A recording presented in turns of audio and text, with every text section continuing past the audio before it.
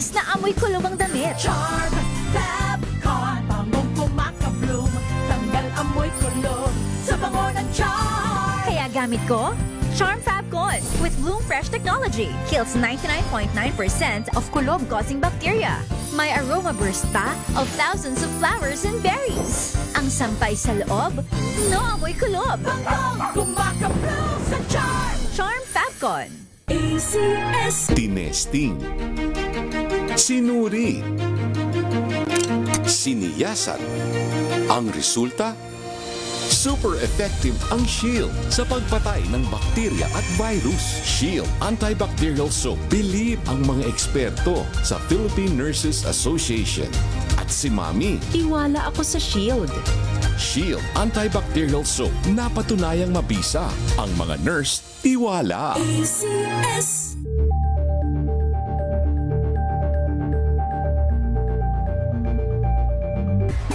Galalala Fabcon! Galalala Fabcon! Ang bango ng sampayan, tara na magsayawan! Calefabcon, amoy nakaka-joyful.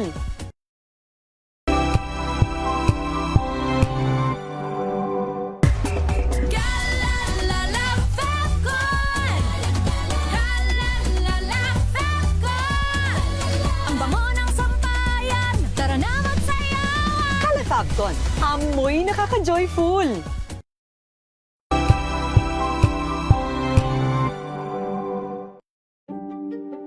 Buklatin ang mga pahina. Pakinggan ang boses ng lipunan. Tunghayan ang mga issue mula sa ibang katayuan. Nakakalungkot kasi deserve ba namin ng ganito? Na hindi nila alam kung ano talaga yung kanilang mga karapatan. Yung gobyerno, tinulungan nila yung kanilang magsasaka. Pinapatahimik tayong lahat using various laws. Through education, kayang-kaya nating baguhin yung ganitong klaseng pag-iisip. Isang kwento, iba't ibang anggulo. Dito, sa Point of View.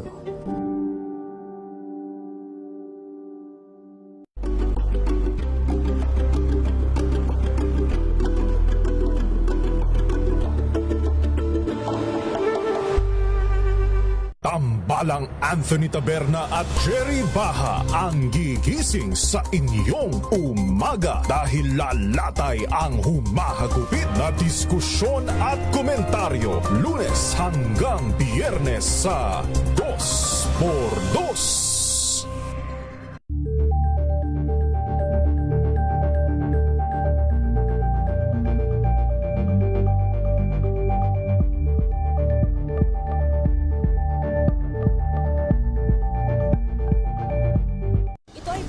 Naitalang 17 individual na ang kanilang naaresto. Ng Metro Manila Development Authority o MMDA ang No Contact Apprehension Policy o NCAP sa Metro Manila. Sa ang ilang mga dokumento ay peke. Hindi rin legal ang employment na ipinangako sa kanila.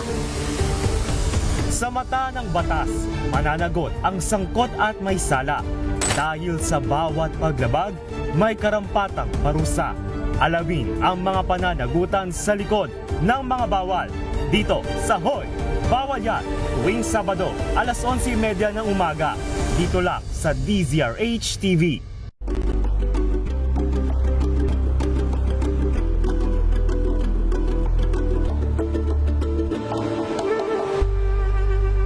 Tumunog na ang gandingan para sa kalikasan. Ang nagkamit ng parangal bilang Best News Anchor ay walang iba kundi si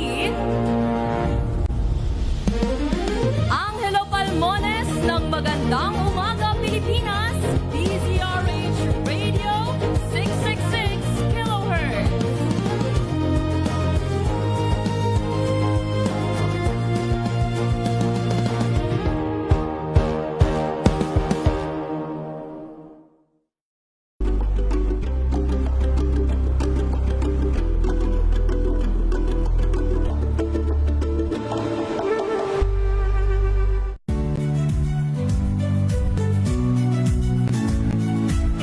Magandang araw mga kaibigan. Ito po ang inyong balerina ng bayan, si Lisa Makuhay Lizalde, na nag-aanyaya sa inyong samahan kami at ang aming mga espesyal na panauhin para sa kalahating oras ng masayang kwentuhan sa aming programang Art to Art, kung saan ang usapang sining at kultura ay para sa lahat.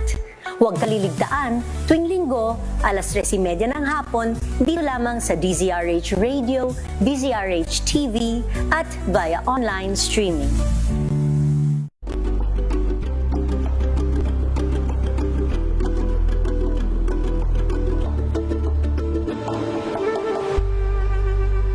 We've got you covered. From the hottest hits, exclusive interviews, kilig to the bones fan meet experience, and hataw performances of your favorite stars. Saturdays, 12 noon, dito lang sa DZRH TV.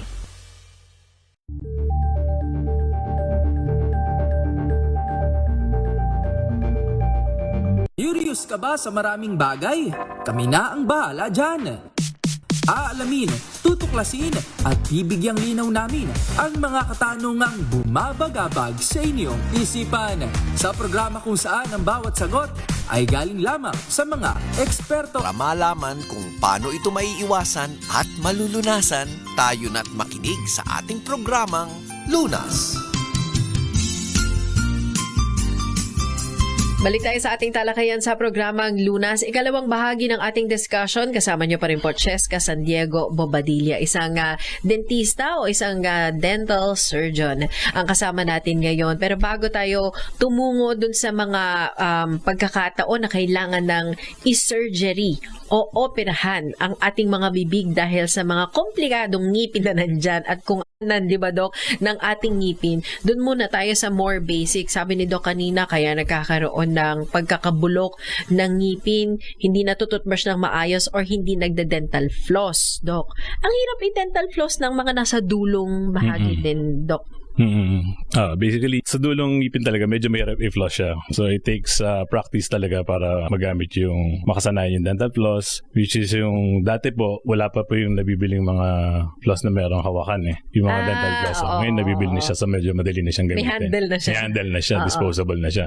Dati kasi, we wind it sa ating fingers, tapos we try to reach them. Okay. So, when we floss po, yung pinofloss natin, hindi lang natin basta tinatanggal yung tinga. So, in between the teeth, papasok po yung floss dyan. Then, papasok nyo rin po doon sa ilalim ng gingiva or ng gums po. So, para siyang letter Y. Hindi siya letter I na gano'n ka lang. It should be letter Y. So, leading towards sa isang side ng tooth, then another dun sa side na siya. Para nalilinis yung ilalim ng gums po. Okay. So, when we floss on that area, kailangan na natatanggal natin yung dumi doon. Kasi pag di natin natatanggal yung dumi doon na pumapasok yung nagkakaroon ng bleeding ng gums. When there's bleeding of gums, ibig sabihin po nun, hindi na-floss yun or may madumi doon sa ilalim ng gums. Okay.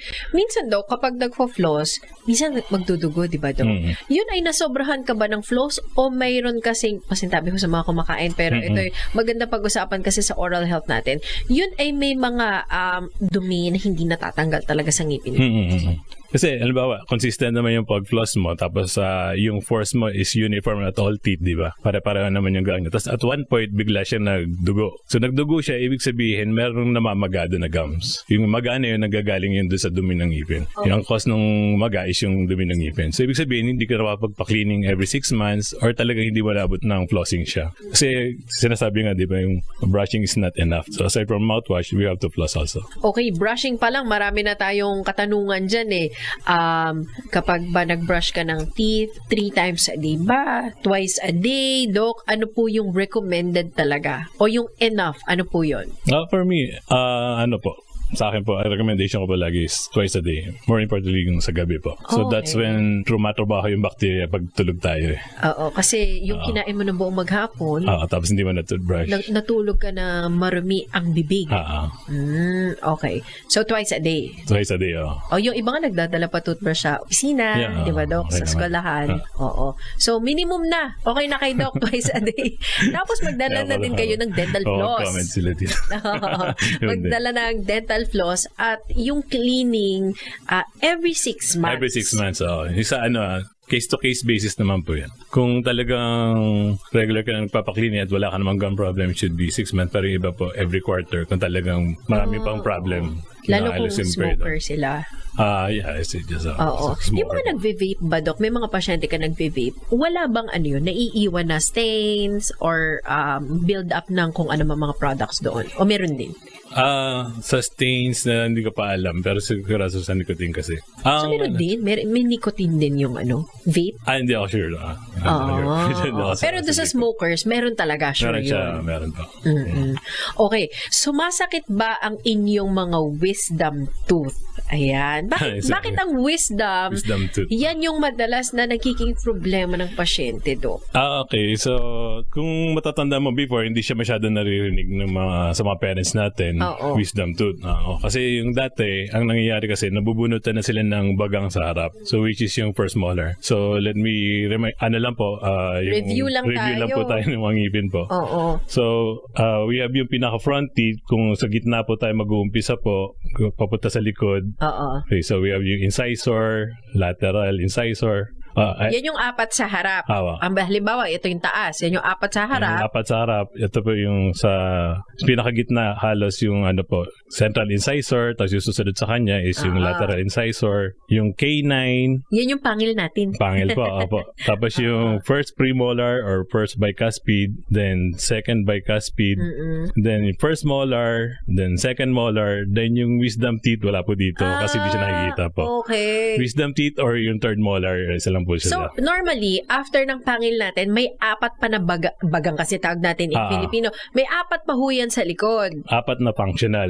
Kasi wisdom tooth. Pero pa yung wisdom tooth. Wisdom tooth. Kaya minsan dulong-dulo talaga siya. Dulong-dulo siya. Bakit siya nagkakaproblema lagi do? Lagi siya nagkakaproblema. Kasi yung dati po, napagkakamalang temporary teeth itong mga first molar, kaya napapabayaan ng mami, napabunot siya. So, pag binabunot siya, halimbawa, 6 years old, tumubo na po ito. E di, pagkakamalan ng mami na siya, temporary. Kasi wala siyang pinalitan ng ngipin. Ang ngipin ng bata, hanggang dito lang po sa bicuspid. At 2 bagang lang from after K9, ng pangil natin. So, okay? let's say, 2 years old yung bata, kompleto na yung ngipin yan. Kompleto na yung ngipin yan hanggang dito sa bicuspid. Pero ang tawag sa bata dito, second molar.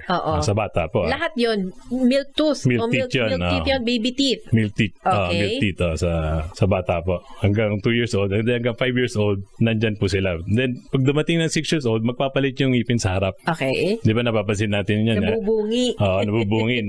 Madaling tanggalin, di ba? Okay. Nabubunot pa nga ng mga bata. Alagaan ngayon ng mami yan, toothbrush dyan. Tapos, hindi niya mapapansin, tumutubo na doon sa likod. Yung pangatlong bagang. Tumutubo na dito yung first molar. Permanent na po yun. Okay. Akala. So, kasabay nila yung front end. Okay. So, pag tinitingnan ng mami yan, pababayaan niya rin yan dahil akala niya temporary ito mga to. So, pag tinignan nila sa baba yung ngipin, kunwari, tingnan nila, yung mga bagang na to, hayaan nilang mabulo kasi akala na temporary. Magkakadikit kasi. So, dapat by 6 years old, binabantayan na talaga nila or dinadala nila sa dentist even before 6 years old. Ito pa namang mga bagang nito, pag kumain yung bata, may iwan dito yung sweets So, kaya ito yung unang nabubunot sa mga bata. So, pagdating ng 6 years old, pinabayaan nila, pagdating ng 10, nabubunutan yung bata. Ng permanent? Okay. Kasi nga, napapabayaan sila So, mangyari, either magpaparot kanal or bunot kadalasan ang gusto ng mother dahil sumasakit na, papabunot. Then, pag 12 years old, nasusunod na po itong ngipin na second molar, natutubo, lalabas na po siya dito. Hihiga na. And then, yung wisdom tooth, makakalabas din. Okay. Kaya yung mga wisdom tooth, hindi lang masyadong problema dati, yung pagsakit. Kasi nga, nabunutan na sila ng first molar. Naubos na. Kaya eventually, pagtanda nila, nagpapapustisa sila. Kasi yung mga nahiga na yun, nabubunot din. Natanggal na. Nabubunot din. Kaya ang ending nila, kadalasan talaga, nasa therapeutic, hindi na sila nasa preventive side. So we have preventive measures kasi para maiwasan talaga natin yung mga bunot ng ngipin. So number 1 is yung sealant, pag bata pa sila and yung fluoride po, nilalagyan po ng sealant itong mga molar na to. Pagtubo ng 6 years old, lumabas na sa kanila yung permanent, wala pa sira. Ibig sabihin ng preventive, ibig sabihin wala pa talaga sira, wala pa nararamdaman. Ginagawa na po natin siya. So yung sealant, and then aside from that, yung fluoridization po, para mas tumibay yung ngipin po. Pag sinabing pasta, hindi na po siya preventive po kasi may sira na siya. Repair na yun. Sa maraming procedures ng dentistry kasi talaga, ilan lang talaga yung preventive na ginagawa. Yung sealant, fluoridization, orthodontic treatment, tapos kasama na rin dyan yung pagtanggal ng wisdom teeth kasi para ma-prevent din yung pagsira ng ngipin sa likod po. Okay. Marami kasi nag-iisip na, 2 beses lang pala mapapalitan or 1 beses lang pala mapapalitan yung ating ngipin. Akala, Dok, parang buhok yan na kapag binunot mo, tutubo na naman. Pag binunot mo, tutubo na naman. Hindi ganon ang ngipin, no? Kasi yung ngipin ng bata, talagang kung bibilangin natin, hanggang 20 lang siya. 20? So, 20. 10 sa taas and 10 sa baba. Okay. Then kapag nakita nyo na more than 20 na yung ngipin ng bata, or yung, aside from sa mga nabunot, syempre, including yung mga nabunot ng ngipin, dapat binabantayan nyo. Ang lang naman is dalhin sa dentist even before 6 years old. So pag 6 talagang kailangan nyo na dalhin para masanay rin na nagpapaklining. Hindi maagapan din yung ngipin kasi ayaw natin mabunutan din yung bata. Kasi doon napapamahal yung mga pasyente. Kapag nabunutan, tapos eventually gusto na magpustiso, tapos kapag meron na silang budget, gusto naman nila magpa-fixed bridge, tapos hanggang maging complete denture na. Diba? Ulit yung gastos. Pamahal yung gastos po ninyo. Pero kadalasan kapag preventive dentistry pinag-uusapan, mas nakakatipid din yung pasyente kasi syempre, nasisave nila, pinapamana nilang ngipin sa mga bata nila, sa mga anak nila is yung kompletong ngipin. Oo, at saka maganda pa ang smile ng mga bata. Very helpful ang ating mga impormasyon na kukuha kay Doc Robert Barrera dahil para sa mga katulad ko na may toddler at saka may 6 years old, naku, pag uwi ko, Doc, titignan ko na agad yung ngipin niya kung, diba, kung lumalabas na ba yung permanent kasi yun yung mga dapat i-watch out pala talaga ng mga parents kasi tayo dapat ang nakakaalam paano sila ingatan on the prevention side para hindi yung pagdating ng teenager na sila or pag adult na tsaka natin i-repair yung mga problema. Sige po, magbabalik tayo sa ating talakayan. Sakit ng ngipin ang ating pinag-uusapan. Naku, hindi kayo patutulugin ng sakit ng ngipin kaya makinig mabuti sa ating talakayan. Paano yan maiiwasan? Ito po ang programang Lunas. Babalik tayo matapos lamang ang ilang paalala. This time check is brought to you by ACS Manufacturing Corporation, ISO certified, maker of world-class quality Pride detergent. RH Soup. Hello, Washi! Laundry day na naman! Yay! Anong meron? Mancha ng chocolate, putik, may libag pa! Kaya natin yan! With Pride Washing Machine Detergent, may triple stain-away formula. Tanggal ang makapit, madikit, at malupit na dumit-mancha. Kaya easy-easy ang labada. Mula noon hanggang ngayon! All you need is Pride! All you need is Pride! ACS. Wow, ang saya. Isang barangay na labada, puro mancha pa. Goodbye, pahinga. Mommy, isang laba lang yan sa Pride Bar Blue. May powerful stain-away enzymes na malupit sa dunit mancha. At di masakit sa kamay. Isang laba lang yan. Hello, pahinga. Hello, Pride Bar Blue. ACS. May nagbago. May arte, may budget. Akala nyo lang yon. So solid. White Rose Papaya, wow, White Rose. White Rose Papaya, wow, White Rose. White Rose Papaya. May glow up with White Rose Papaya. White Rose Papaya. May puti power times 2 kasi may papaya at niacinamide. May shea butter and tea tree oil pa. Kutis sulit ang glow up. Glow up with White Rose Papaya. White Rose Papaya. Kutis sulit ang glow up. ACS.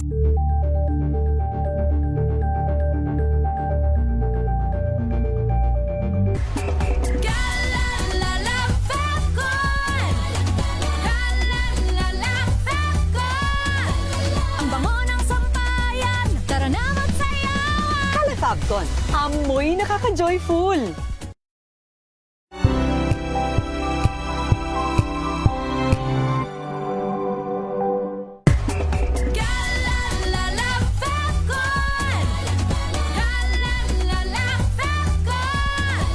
Ang bango ng sampayan, tara na magsayawan! Kala Fabcon, amoy nakaka-joyful!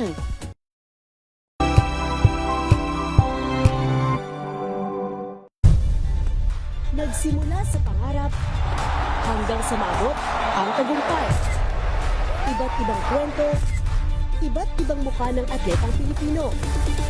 Mas pinatindi, mas pinalakas, at mas pinaaksyon sa Match Point tuwing Sabado, 12:30 ng tanghali sa DZRH TV. Angel po si Angelo Palmones nag-iiwan sa inyo na isang magandang umaga. Maraming salamat. Life goes on! Nine, good morning, Lakay! Good morning, Sister Ann. At good morning. Magandang mainit na umaga. Angel po si Angelo Palmones nag-iiwan sa inyo na isang magandang umaga. Maraming Sa salamat. Pilipinas, una sa Pilipino. Tuloy-tuloy ang pagtulong, tuloy-tuloy ang pagseserbisyo at tuloy-tuloy ang balitaan kasama si May Binauhan sa Operation Tulong mula Lunes hanggang Biyernes.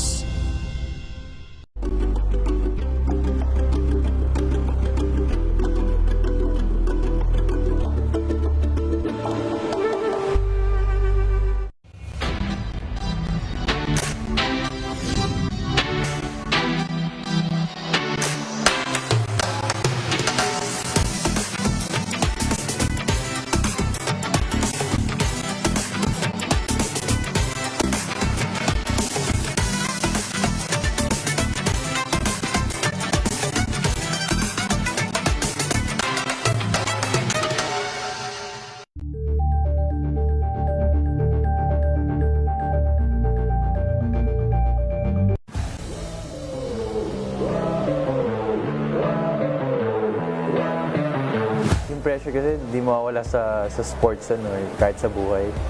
Pero siguro kung paano mo rin take yung pressure. Ano yung sasandalan mo, ano yung panghahawakan mo, ano yung mga siyempre may mga inspirasyon ka, motivation. So yun yung mga sinasandalan ko. Overwhelming. Ang daming support, ang daming nagmamahal. Nakakataba ng puso talaga. Naging immature ako pero masabi ko, green flag. Hi guys, ako si Andre Carakut, a professional basketball player. Naglalaro para sa Rain or Shine. Abangan ang aking exclusive interview dito lang sa DZRH TV Matchpoint. Mabuhay ang atletang Pilipino. At yan ang mga latest updates sa mundo ng sports. Para sa MBC TV Network News, ito si Andre Carakut. Una sa Pilipinas, una sa Pilipino.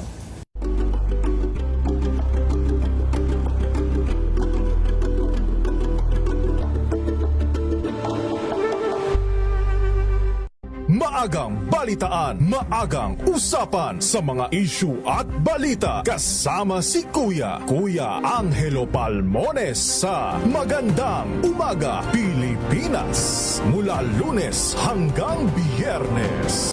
Kaya para sure, atin ang pakinggan ang palatuntunang pangkalusugan. Lunas! Lunas!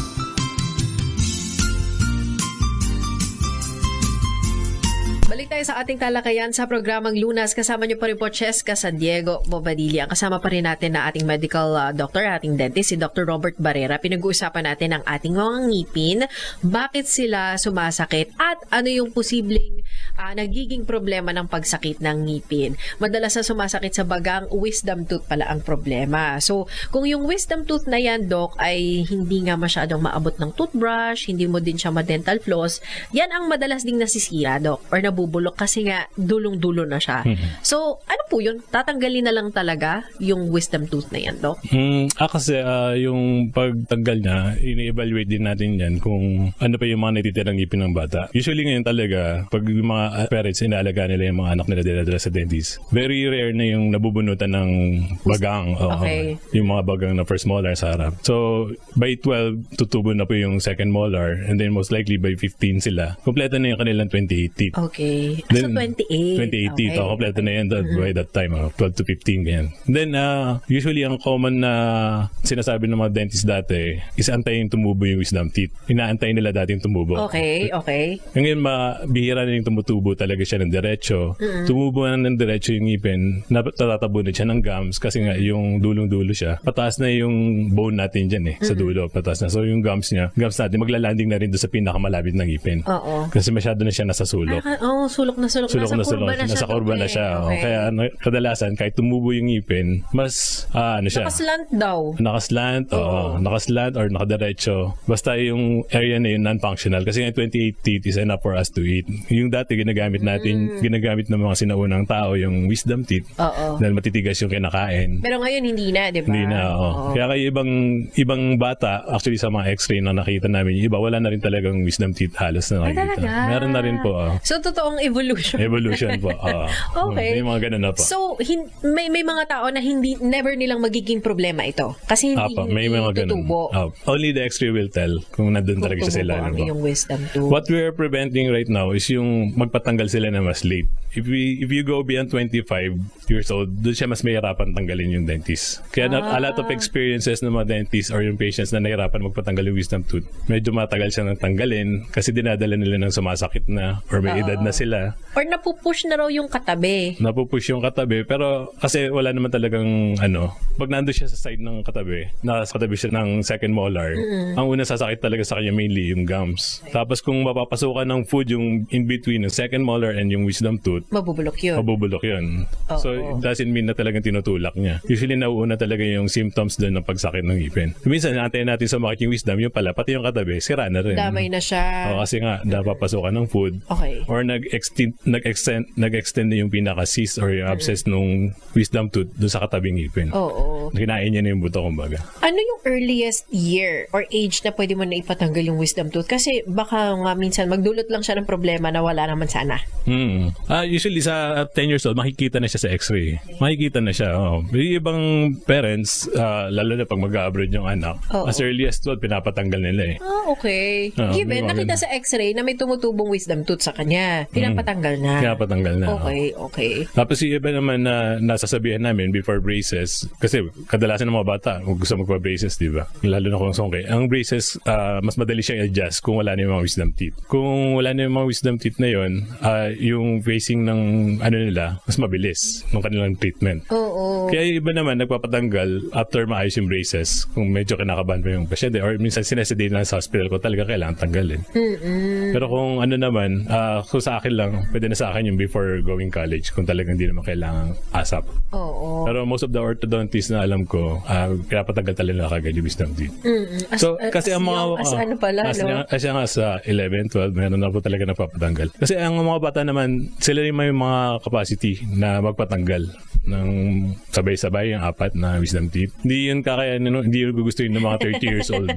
Kasi nahalo na sila ng nervyos, ganun. Usually kung nila sumasakit, yun lang papatanggal nila. Kaya those patients na napatanggal ng wisdom tooth before, yung mga more than 30 years old na, mas makapit na yung buto nila. Mas mahirap na rin para sa dentista na magtatanggal. Unlike kung mga bata pa sila before 20, ganyan, before college, or even around 20s lang naman, mas mabilis siyang tanggalin. Kasi kung sa isang oras, kaya na yung 4. Kinakain na yung 4. Okay. Kanina minention ni Doc, bulok, di ba? Yan ang bulok ng ngipin, nagkukos yan ng pagsakit ng ngipin.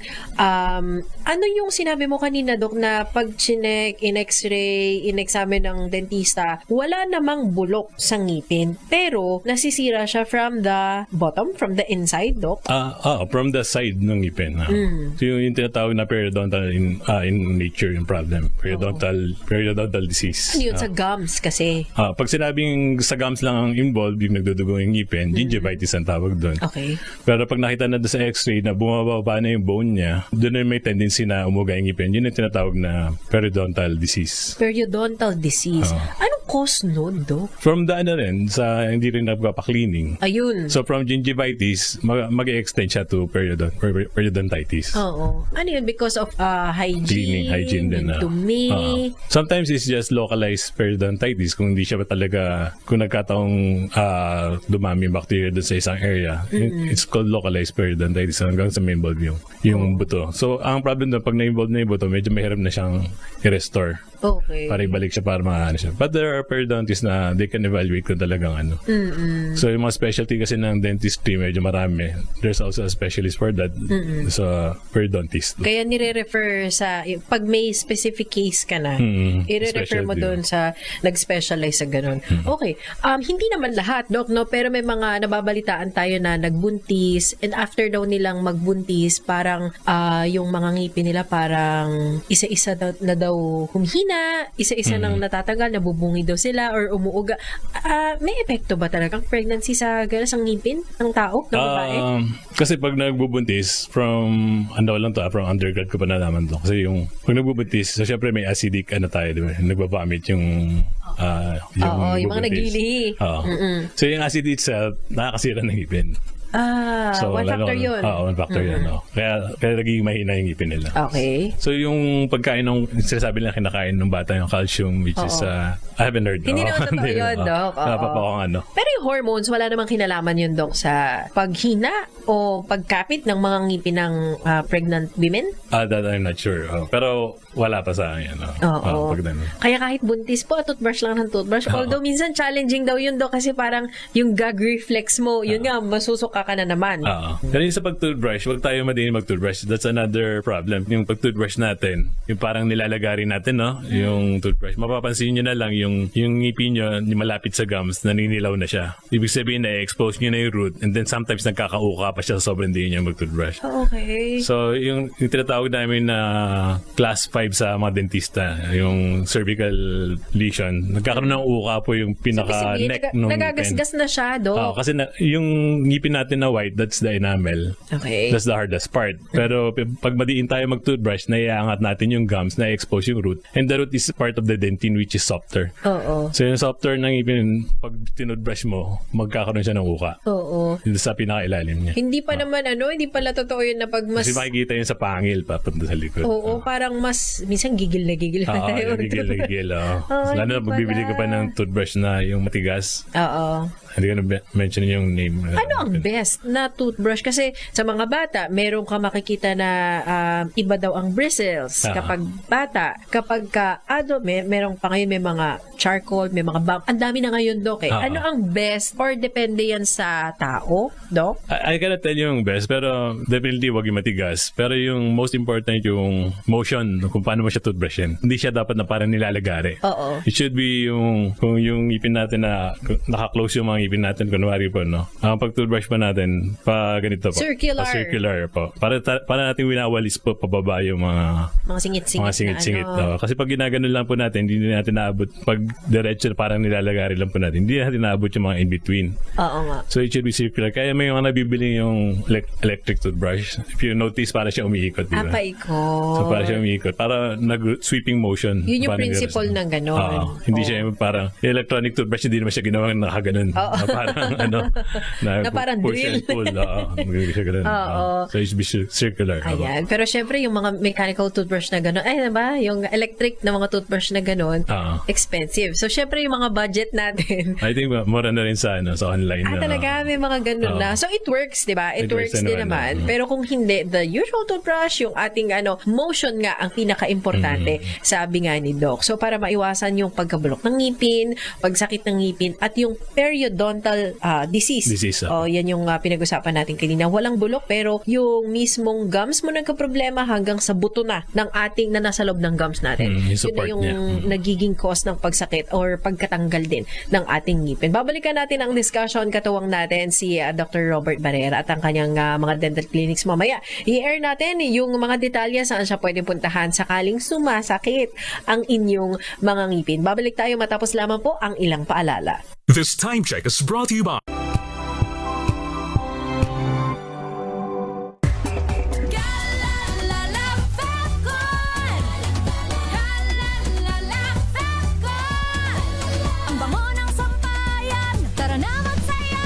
Calefacton, amoy nakaka-joyful.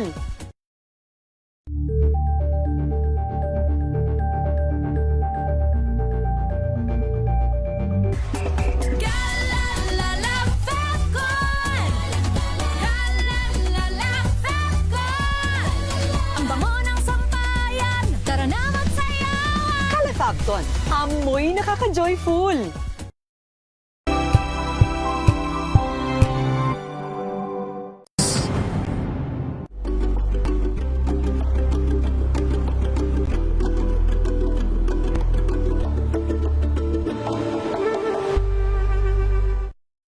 Mga balitang gigising sa inyong umaga. Mga balitang kailangan mong malaman. Mapapakinggan sa ACS Balita sa 2x2.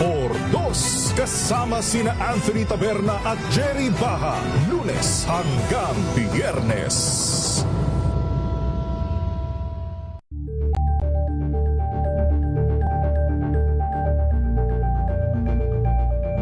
Alamin ang mga maiinit na isyung pambayan, mga balitang kailangan mong malaman, usapin sa pamahalaan, politika, ekonomiya at kabuhayan. Ito ang mga dapat mong malaman, pakialaman at pag-uusapan dahil kayo ang tinig ng mamamayan dito sa Damdaming Bayan.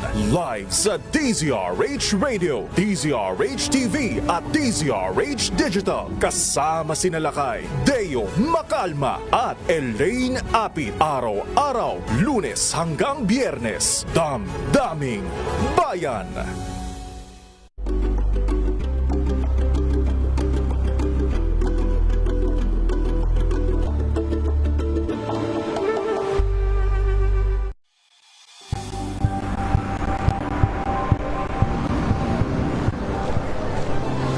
Ating mga eksperto. Dito lang sa Expert Opinion.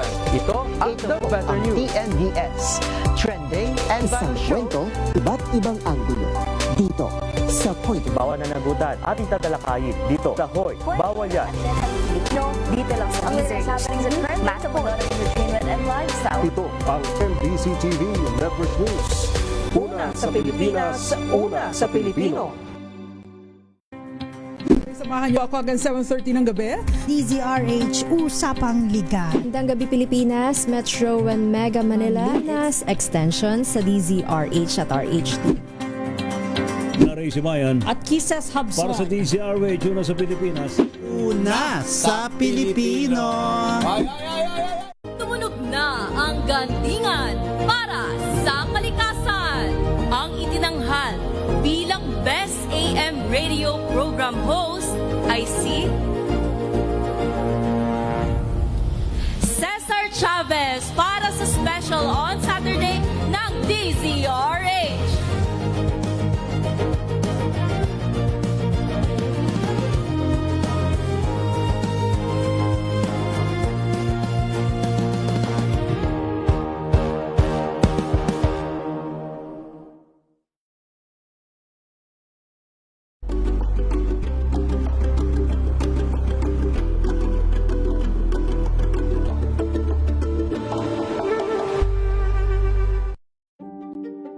Buklatin ang mga pahina. Pakinggan ang boses ng lipunan. Tunghayan ang mga issue mula sa ibang katayuan. Nakakalungkot kasi deserve ba namin ng ganito? Na hindi nila alam kung ano talaga yung kanilang mga karapatan. Yung gobyerno, tinulungan nila yung kanilang magsasaka. Pinapatahimik tayong lahat using various laws. Through education, kayang-kaya nating baguhin yung ganitong klaseng pag-iisip. Isang kwento, iba't ibang anggulo. Dito sa Point of View.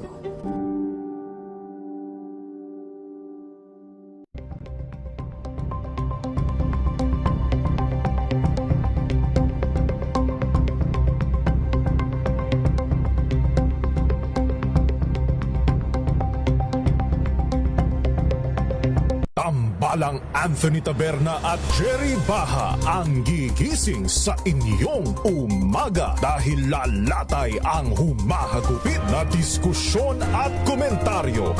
At ibang karamdaman, atin ang pakinggan ng programang Pangkalusugan, Lunas.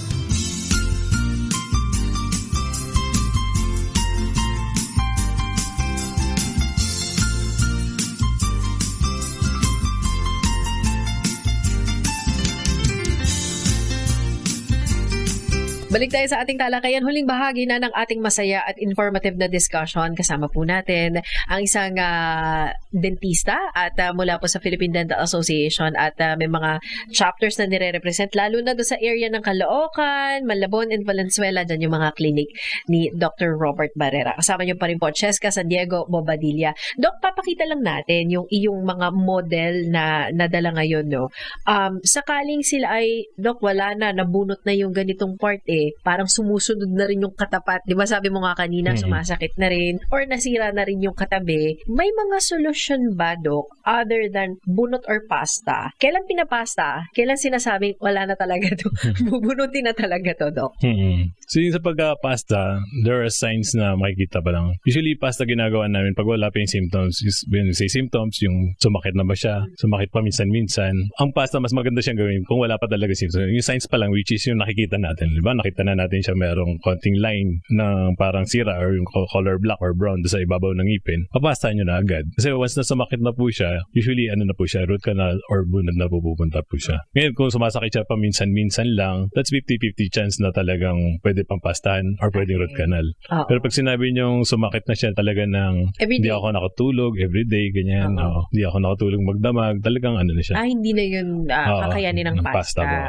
Root canal, mas pa yon, mas may possibility na ma-preserve pa yung ngipin mo na hindi siya talaga tatanggalin. Root canal naman, kasi root canal ginagawa siya kapag hindi na kaya ng pasta, which is na-involve na yung nerve kaya siya sumasakit, di ba? So, ang aim ng root canal is tanggalin yung nerve doon sa loob ng kanal. Okay. It will be accepted kung hindi umuuga yung ngipin. Ayan, teka po ha, ang ngipin kasi natin sa loob niyan, may mga canals na tinatawag yan, Dok. So, ito bang mga nasa harap, may canals din yan? Meron din ba? Ilan yan, Dok? Usually sa harap, isa lang po ang kanal niya. Tapos ang sa bagang, 3 to 4, ganyan. Kasi yung paa niya. Kumbaga yung paa ng ngipin mo, sa gitna ho nun, may isa or dalawang kanal. Nandun yung tinatawag na roots. Nandun yung tinatawag na nerve. Sa loob ng roots, may mga nerve. Okay. So yung nerves, yung tinatanggal, kasi na-root canal na ako before.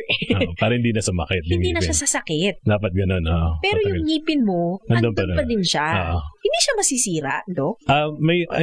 Pag na-root ka na ng ngipin, it is advised na palagay mo siya ng jacket crown para mas matibay siya. Cover.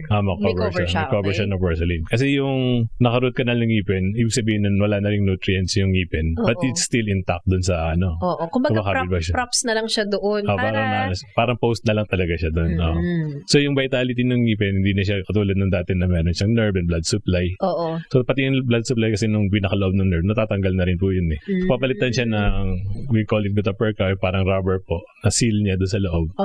Tapos kailangan in 6 months time or in 1 year time, kailangan mapalagay mo rin siya ng jacket crown kasi or else masasayang pinaroot canal mo. Kasi masisira na rin yung mababasag siya. Kasi nagiging brittle po yung ngipin kapag tumatagal po ng nakaroot canal. Kasi patay na yung ngipin na yun. Kaya nga po kapag binubunot yung ngipin na nakaroot canal, mas mahirap siyang tanggalin dahil brittle na siya. Kaya nagkakadurog-durog kadalasan kapag Yun na yung mga dinadala sa'yo do kasi dental surgeon ka. Ino-opera na siya.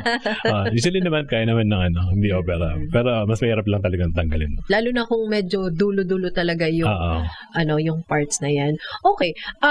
Ano pa yung ibang solusyon, Dok?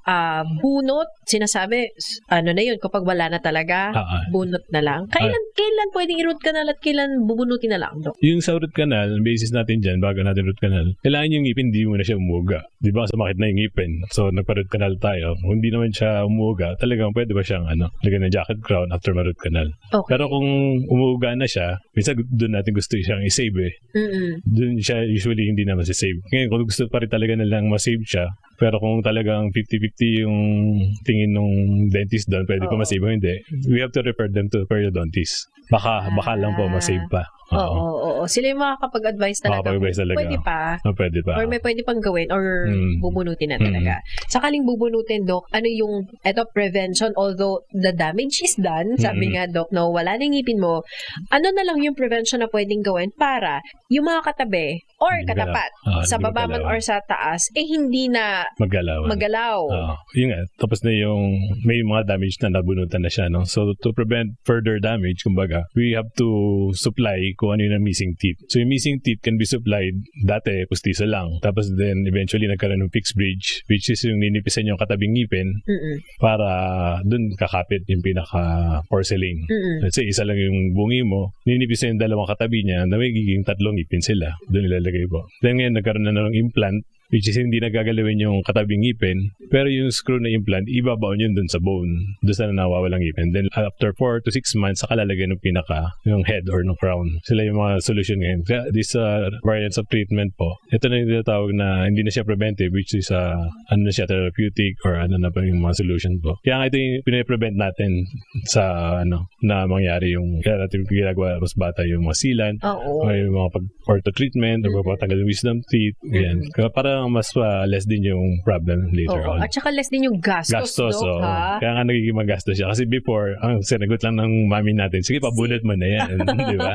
Pero hindi mo alam, eventually, habang tumatanda ka, meron ka pinapalit-palitan. Oo. Yung mga sealant na yan, at saka mga fluoride na yan, at saka yung araw-araw na pagtututbrush at pagpo-floss, malaking tipid ho yan kung ikukumpara mo sa magiging gastos mo in the future kapag magpapaayos ka ng ngipin. Kasi may mga patient kami talaga na walang sira eh. May mga walang sira ang ngipin, talaga ma-amaze ka. Sana all. Mga lalaki pa nga talaga. Ay, talaga.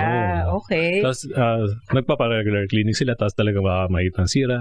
Tapos, when we check sa x-ray, baka wisdom tooth lang talaga yung problem nila. So, for the rest of their lives, baka di talaga sila mapastahan or di sila mabunod. Pero ito kasi, di ba, lately may balita na ang Pilipinas isa pa rin dun sa mga, ang pangit nga ng listahan natin, parang nasa top tayo yata o top 3. Basta ganun, hindi tayo sa kagandahan nag-top doon sa mga kabataan na madami ang bulok ng ngipin, doon tayo nagtatap daw.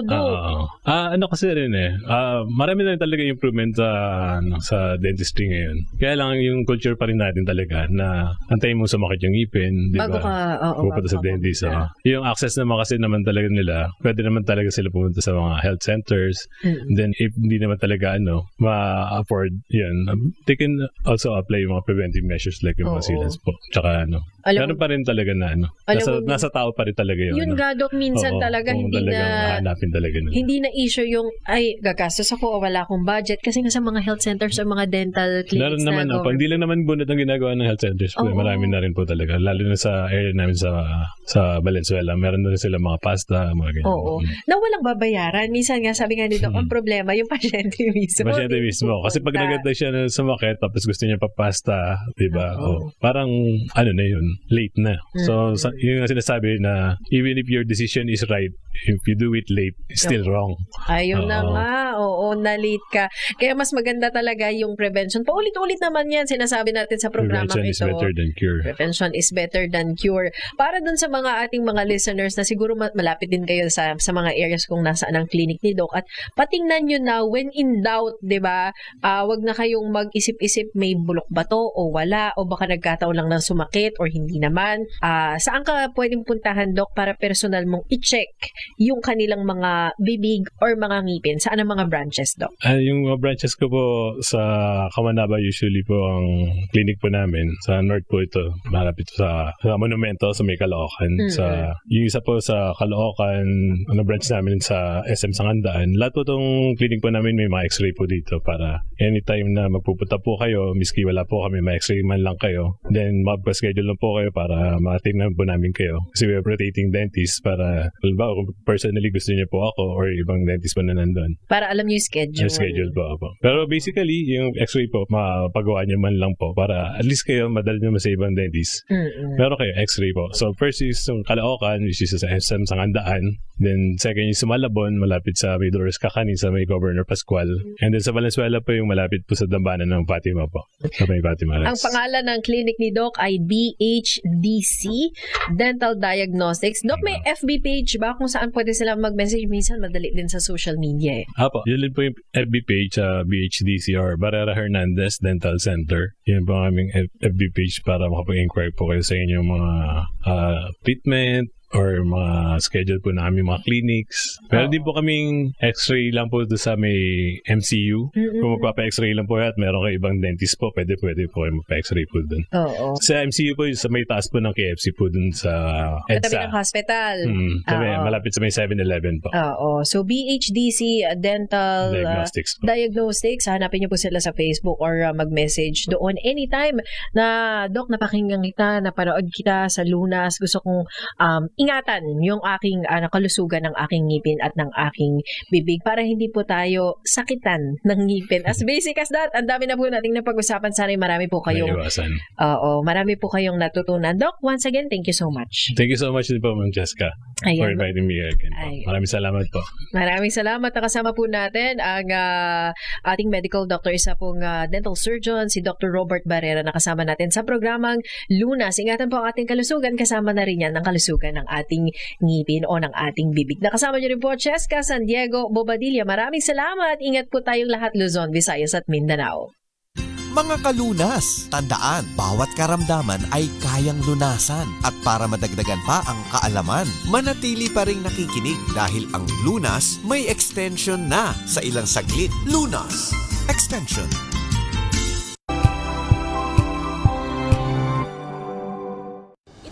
Ng naitalang 17 individual na ang kanilang naaresto. Ng Metro Manila Development Authority o MMDA ang No Contact Apprehension Policy o NCAP sa Metro Manila. Sa ang ilang mga dokumento ay peke. Hindi rin legal ang employment na ipinangako sa kanila.